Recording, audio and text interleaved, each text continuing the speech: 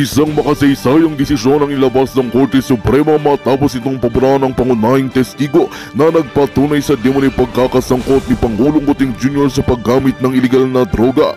Kasunod ng hatol, agad na naghain ng warrant of arrest laban sa Pangulo na ikinagulat naman ng buong bansa. Ayon sa desisyon ng Korte Suprema, sapat na ang mga ebidensyang iniharap ng testigo upang mapatunayang may kinalaman si Kuting sa paggamit at pag-aabuso sa bawal na gamot habang nasa pwesto bilang Pangulo. Ang nasabing testigo ay isang dating malapit na kaalyado ng Pangulo na naging susi sa pagbubunyag ng umano'y matagal ng itinatagong lihim. Agad namang naglabas ng payag ang Malacanang na kanilang inaapila ang desisyon at iginiit na ang lahat ng paratang ang ay walang basihan. Habang inaabangan ang susunod na hakbang ng administrasyon, nagiging mainit ang diskusyon sa publiko na ngayon ay nahahati sa pagsuporta at pagtuligsa kay Kuting Jr.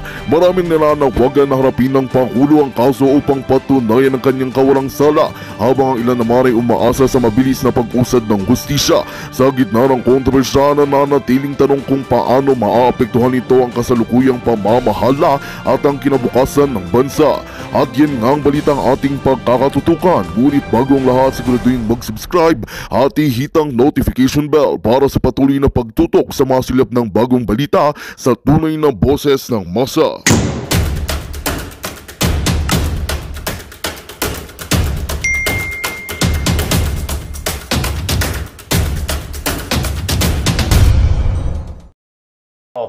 Kung kita niya, mga 5 meters, maliwanag pa sa sikat ng araw.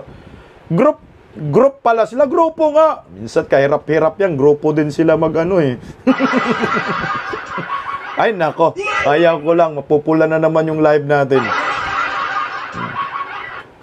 Grupo sila daw mag-ano, mag-jirjir. Sabi ko nga, wag, pinilit niya ako eh. Hoy, pwede yan ha? Ay, pwede. Sinabi ba niya ni Marlica? Ha? Di ba sinabi? Di ba sabi yun ni Kati, minamanyakol siya ni, ni Lagda. O, ni Pirma. Sabi ni Pastor Kibuloy, orgy. Orgy man. Tsoktsakan. O, tsoktsakan. Huwag naman yung torjak kasi nasa Biblia na yan. Sabi ni Ma'am Emelita Bryan, tapang mo Miss Beautiful Kati Binag. Prayers for your safety.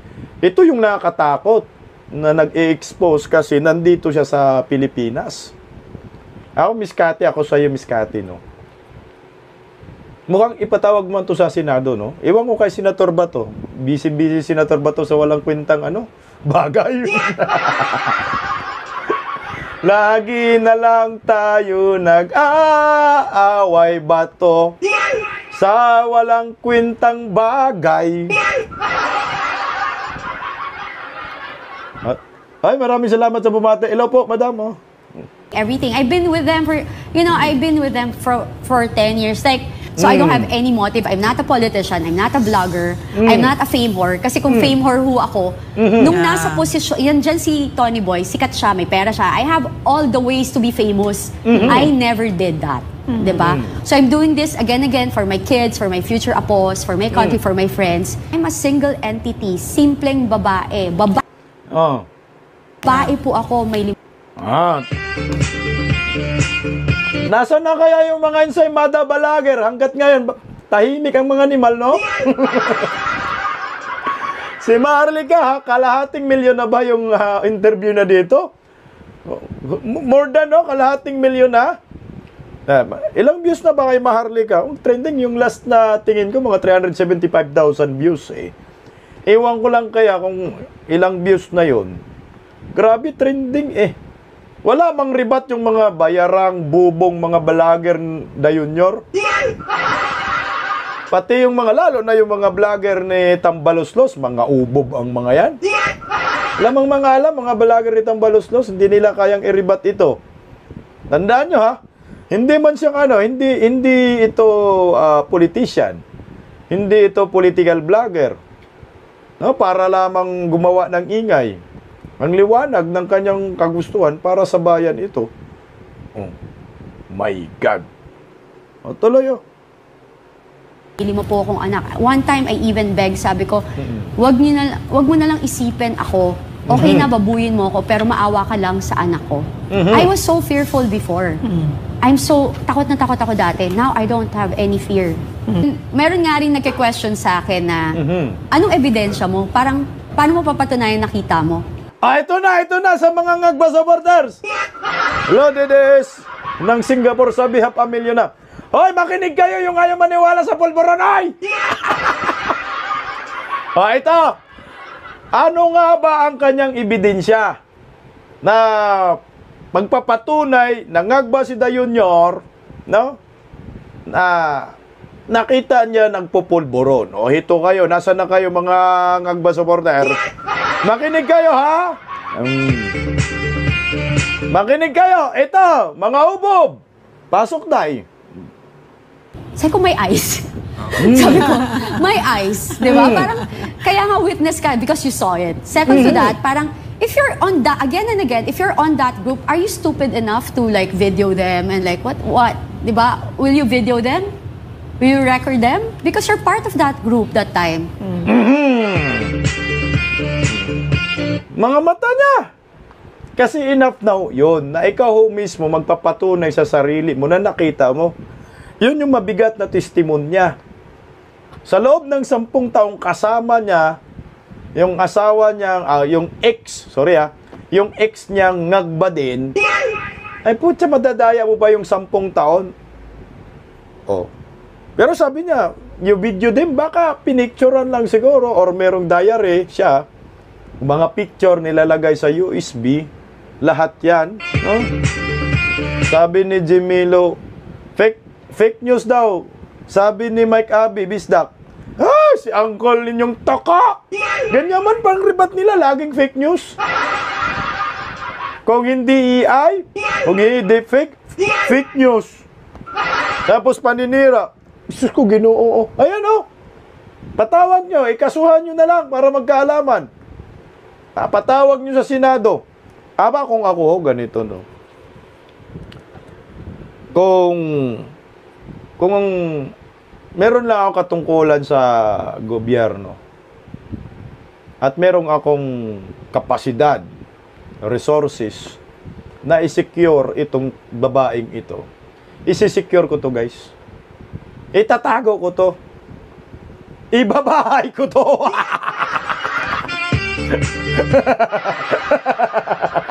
Joke lang. Isi-secure ko to kasi nga ang pinag-uusapan dito ang Pilipinas. Yung buong bansa, tayo mga 100 million na mga Pilipino. Kasi kaya ho nila ito gawa ng masama. Itong si Miss Cathy. Hindi biro yung kanyang birada eh. Sinabi niya, nakita niya sa malayuan. Oh. Expose, alam niya lahat. Sabi ni Sir, kasuhan mo, Bisdak. Partida sa kanila. Pagkasuhan ito, walang problema yan. Kasi magtestimonyawan siya. Patunayan man niya na totoo lahat ng sinasabi ko. Sabihin man niya ni Miss Cathy, kita ko sa mga 2 mata ko, dinig ko sa 2 tainga ko, inalok ako ni Kukak na you want. Kita ko sa mata ko, yung inalok sa akin ay pulburon. Saksi ako sa loob ng 10 taon, kasama-kasama itong si ex niya, ay kita ko sa kanila magdamag 24/7, bangagan. O, paano yun? Sasabihin mo lie detector test, di man obra yung lie detector test dito. Nagsasabi mga ng totoo, diretso, walang script. Unlike doon sa mga witness ni Hontivirus, puro script. Kahit baliktarin mo siya pagtanong. Yung una, ihuli mo, wala. Alam pa rin niya. Kasi ang magandang testimonya base sa kanyang experience, naranasan, nakikita, naririnig, naramdaman.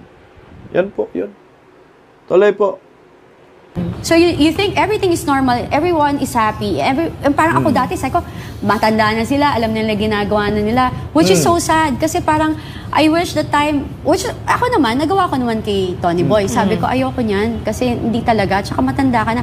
Gusto ko yung mga huling buhay mo, maayos yung buhay mo. Yung parang mag-iwan ka, mag-enjoy ka. Ganon ka rin, Nyor! Nyor, panawagan din namin, magbago ka, ayusin mo buhay mo, mag-resign ka, si Inday Sara na gawing presidente natin, magparehab ka sa Germany, 4 na taon. 4 na taon, Nyor, i-rehab nyo yung buong pamilya nyo, sama-sama kayo doon magparehab. Para wala na munang Marcos matira dito ng 4 na taon, nasa Germany muna kayo, Nyor. Gusto nyo, pamasahian namin kayo. Parehab kayo, Nyor. Kasi pag hindi kayo magparehab, Nyor, kawawa naman kayo. Ikaw rin. Magsisisi ka rin, gaganon ka. Anak mo ka. Puro nakaganon yung mga panga ninyo. Pwede, payong ano lang. Payong kaibigan, ayaw ko magsabi. Ayaw ko kasi, hindi ko yung presidente eh. Di man talaga akong bumuto dyan. Ano lang. Baguhin nyo buhay ninyo. Diyos ko, damay nyo pa kami. Sabi ni Didays ng Singapore, kaya pala busog na busog din si Don Artista sa asawa niyang nagba. Melinda Porigay. Tama, mahal namin, BP Inday Sara Duterte, ang admin ngayon. Nanahimik si Balos. Ngiwi, nasan kaya si Abalos? Si Abalos, kita ko sa kalsada. Ang dami niya doon eh. Taloy po! Healthy ka. Kasi hindi naman maglalas eh. You wouldn't know what will happen, di ba? Sa ano naman, in law, personal testimony actually is regarded highest in court kasi nakita mo that's your personal perception and that's your personal experience. So no matter na wala kang nakuhang video, kung nakita mo talaga, that's sufficient to stand in court. So I don't think that that's something that's questionable. Okay! Ayan, abogado to ha, abogado yung nagsasalita. Wag na natin i-rebat. Mas matibay na ho yun, nakikita niya. Na-experience niya. Yung mga pangyayari, matibay na ho yun. Nasa na si Mike Ube? Merong ebidensya, nasa USB yan, 150 USB. Nilalagay niya, alam nga niya yung supplier, di ba? Alam mo ma'am, yung supplier ng Polvoro ni Nelda Jr., alam nila yan. Tuloy nga, madam, So, siguro yung mga next na tanong lang is, halimbawa ng in-offer ka ni First Lady, how would you know that is cocaine? Pinakita niya sa akin eh. And I've seen it. Kasi nung bago kami ni Tony Boy that time, 3 months kami, I remember. Teka lang ha. Paano daw dyan nalaman na yung in-offer ni Kukak ay Coca-Cola? Pinakita sa akin kasi nga yan. You want? Do you want? Siyempre, inaabot man yan. Do you want? Tangina, tawas. Ang punto dito, parang ganon, paano mo ma-determine na yun ay polvoron? Di ka namang nakakita pa. No, hindi ka man nakagamit. Ito yung sagot niya kasi matagal man niyang kasama, ngagba din yung syuta niya, X niya, X. Ito. Banat, ma'am, Nagtataka ako, nagsi-CR, nasa bahay niya, sa Davao, nagsi-CR sila. Tapos may kasabay siya palagi. Hindi ko na i-mention, mabait naman sa akin yung guy niya. But, hi. So, and I'm friends with him. Baka hindi makatulog. Baka hindi makatulog. And he's a good guy. Is he in government? No, he's not. Okay. Then, I was, parang sabi ko, ang weird. Bakit sila nag-CR? And it's funny kasi I thought, sandali, parang, bakla ba siya? In the house of someone? In the private? No, in the house of Tony Boy in Davao. Okay. So, nainis ako. So, I knock. Parang sabi ko, hey, anong ginagawa niyo dyan? Labas ka kayo, ba't kayo nandyan? Ganyan ako, diba? Parang weird for me diba? Yeah. So, parang narinig ko, natataranta sila sa loob. Then they open the door. Ganun ako. Tapos in-open nila yung door. Pag-open, sa sobrang sigurong tataranta and we're new, di ba? He's still trying to prove himself, pa-impress siya, di ba? Nakita ko talaga may mga tawas ba yun? Parang ganun pa nga yung tingin ko that time. Tapos, ayan ayun yung sagot. Alam niya na yung in-offer sa akin ay pulburon. Dahil may insidente na, nakikita ko nga ho sila eh. Sa kwarto, kumatok ako eh. Nung kumatok ako, akala ko nagtsutsuktakan eh. Lalaki to lalaki. Eh, kita niya pala eh. May pulutan. Tawas daw ang alam niya noon. Hello po, Ma'am Alice 27. Kitang-kita, pagbukas, pulbos!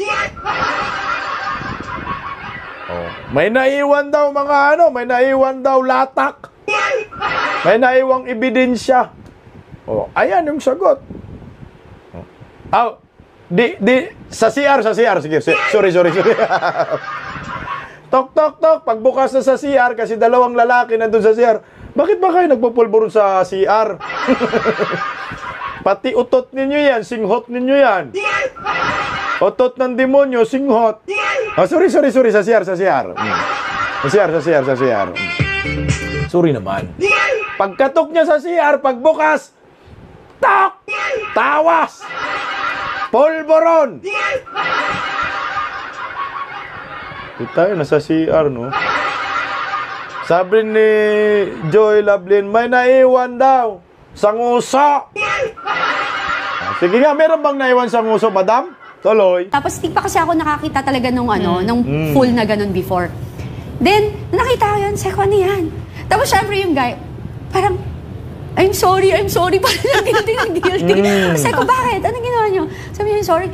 And ayun na, talagang nakita ko doon na talagang they're doing it. Tapos ganito, hiwalayan ko nga siya niyan eh. I remember.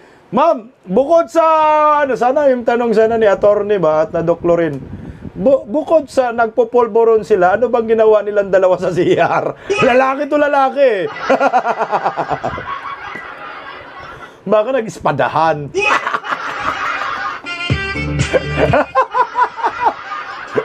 Baka nag-ispadahan si Ling at si Alucard. Mga email player.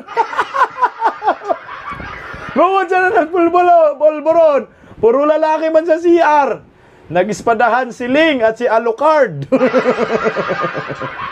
Sabi ni Kapila Service Doc, yung tawas nasa ilong ni Da Junior, wala sa kilikili. Alam mo ako noon, yung tawas, di man sa kilikili ko ginagamit eh. Sa paa.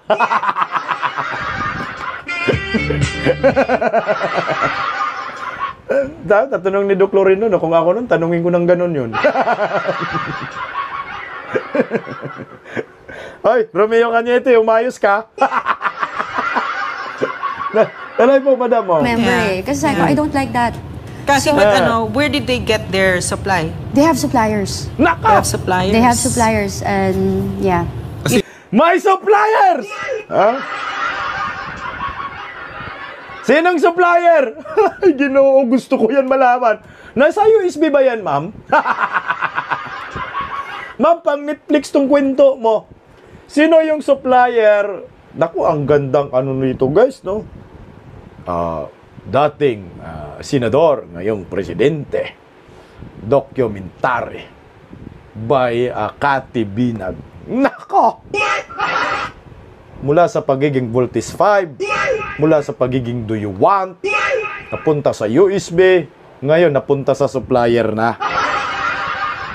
Napunta sa ispadahan. Hello, Josephine Gonzaga. Sino kaya yung supplier nila? Sige nga, madam, sabihan mo na. Kasi yung baka next na tanong sa'yo is that you Sino are supplier? You are not... Sino yung supplier? Sino supplier? Ano natin yan? Baka next na tanong is you might not have the sufficient knowledge na yung for sale is hindi mo naman alam na gano'n yun. So we just have to clarify that you have a previous experience. Yes. Na alam mo kung ano yun kasi nakita mo yun. Ilang beses, oo. At least ilang beses mo siyang nakita. And there's no doubt in your mind.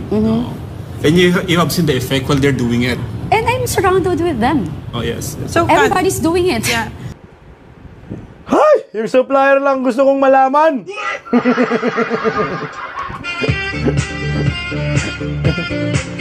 Buhay pa ba yung supplier dyan, Miss Kate?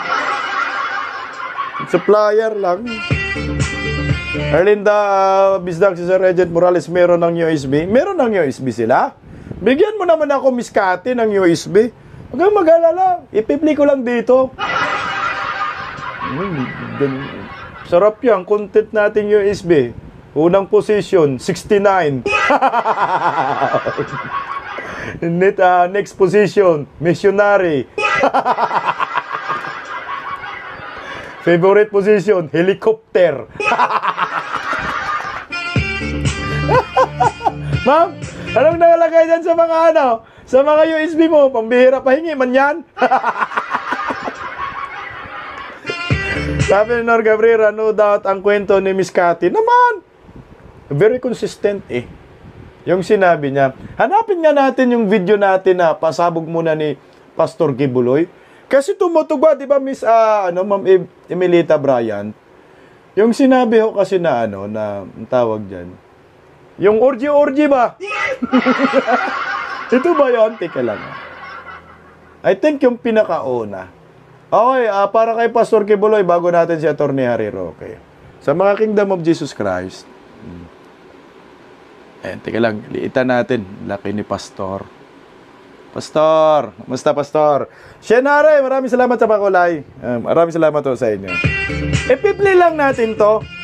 Kasi napakomment yung si Ma'am Emelita Bryant. Sabi niya, tama talaga yung sinabi ni Pastor. Ito ba yung sinabi niya, Shenare? Teka lang, Ma'am Emelita Bryant. Try ko i-play baka tutugma to sa sinabi ni Miss Emelita Bryant. Ngayon kami ang tinatakot ninyo, nililigwak ninyo. Anong klase kayo? Kung hindi kayo tatayo ngayon, mga kababayan ko, sapagkat ako'y living dead na, wala nang kwenta itong buhay ko, iaalay ko ito sa bansang Pilipinas. Ako ang mamumuno upang tayo ay magkaroon ng kalayaang muli. Unang-una sa aking kababayan, sa Kingdom Nation, sa aking mga leaders na papatayin din, at sa lahat ng Pilipino nagmamahal ng kalayaan. Tatayo ako! At ako ang mamumuno sa bansa ito para sa katwiran at takot sa Diyos, para ibalik ang ating kalayaan at ang ating kaligtasan mula sa kamay ng mga banyaga na pinakabatyan ni Rizal, ni Bonifacio. Gayon ang panahon ng pagtayo. Gusto niyo kaming i-put down? Mapipilitan akong pupunta at mamumuno sa bansang ito para sa katwiran. Sasabihin ko sa inyo, pag ito'y kalooban ng Diyos, gagawin ko ngayon din, sapagkat ang buhay ko ay wala ng kwenta. Papatayin din naman nila ako. Ngayon tatayo na ako para sa kalayaan nating lahat. Mahal kong mga kababayan, ito po ang mahalagang mensahe ko sa inyo sa mga sandaling ito. Hindi ko po uurungan ang sinumang gumagapi sa bansa ko at sa aking kalayaan na ako mismo nagtatago sa aking sariling bansa within 74 years. Hindi po nangyari to ngayon lang. Pangulong Bongbong Marcos, akala ko matuwid ka na tao. Ikaw, First Lady, akala ko matuwid kang tao. Ako, Vice President Sara, at Pangulong Digong, at ang lahat ng tutol sa inyong paglilingkod. Biro ninyo. Naging demons na kayo. Nag-devil worship na kayo kung totoo man ito. Nag-devil worship na kayo kung totoo man ito. Para lang kayo ay manatili sa kapangyarihan. Para lang kayo ay humawak ng aming pera ang hindi rin nyo pinaghirapan. Matuwid ba kayo? President Bongbong Marcos, Lisa Marcos, makinig kayo. Totoo ba na gumawa kayo ng aksyon kasama ng FBI na ako ay nyo nang ipaligwak at binigay sa kanilang kamay? Kaya't sila'y gumagawa ng ganito with impunity sa aking sariling bansa. Kung ganyan ang ginawa ninyo, I will not honor you. I will not respect you because you did not honor me and you did not respect me. You are no longer worthy to be our trusted leader. Mabuti pa, hanggang maaga pa, Bongbong Marcos, Lisa Marcos, Martin Romualdez, bumaba na kayo sa posisyon. Mag-resign na kayo sapagkat hindi hihinto ang tinig na ito habang naririyan pa kayo. Mga kababayan, tatayo ako sapagkat patay naman lang din ako. Tatayo ako hanggang buhay pa, hanggang may hininga pa ako para sa natitirang buhay ko ay magkaroon naman tayo ng boses at magkaroon ng kahit munting kalayaan na lang mula sa mga banyaga na kasabwat ang mga makapiling Pilipinong ito na itinayo natin sa kapangyarihan, akala natin ay maasahan natin sila. Mga demonyo pala. Ayan, mga demonyo sila. I think dito yung part na ni sinasabi na nag-orgy-orgy, nakat ko pala. Okay, pinapakinggan lang natin. Yan yung part na sinasabi ni Pastor Kibuloy, naggagamit sila ng polboro, nag-orgy-orgy sila. Ayan, mga demonyo. Ba't ang daming mga trolls ngayon dito sa Bisdak Pilipinas? Pahide na agad. Sa mga moderator guys, baka pwede dandahan tayo sa comment natin, no? Moderator kayo wag naman natin masyadong kahit pa joke po yung comment ninyo. Itama natin Kasmi. Itama natin Kasmi. Marami kasing mga supporter si Pastor Kibuloy nandito, kaya dinilit ko yung comment mo. Alam ko joke 'yon, pero seryoso kasi yung video na nilabas natin. Mag-ingat ka Kasmi Pasuyo, ma'am. Kasi naka-jacket ka, ma'am baka pwede At respeto lang natin mga taga QOGC. Seryoso kasi yung video, ma'am Baka bigyan natin ng timing pag nagjo-joke tayo. Maraming salamat, Kasmi. Okay, doon ko nakikita doon ko napanood yung sinasabi ni Miss Cathy, nagkatugma-tugma. Ngayon nandito si Miss Cathy. Ngayon, nagkaligaga ang mga animal. Hindi na nila alam ang kanilang ginagawa ngayon. Pagkatapos ng pulburon video, pagkatapos ng bagyong Karina, hito si Cathy. Ay, Karina nga.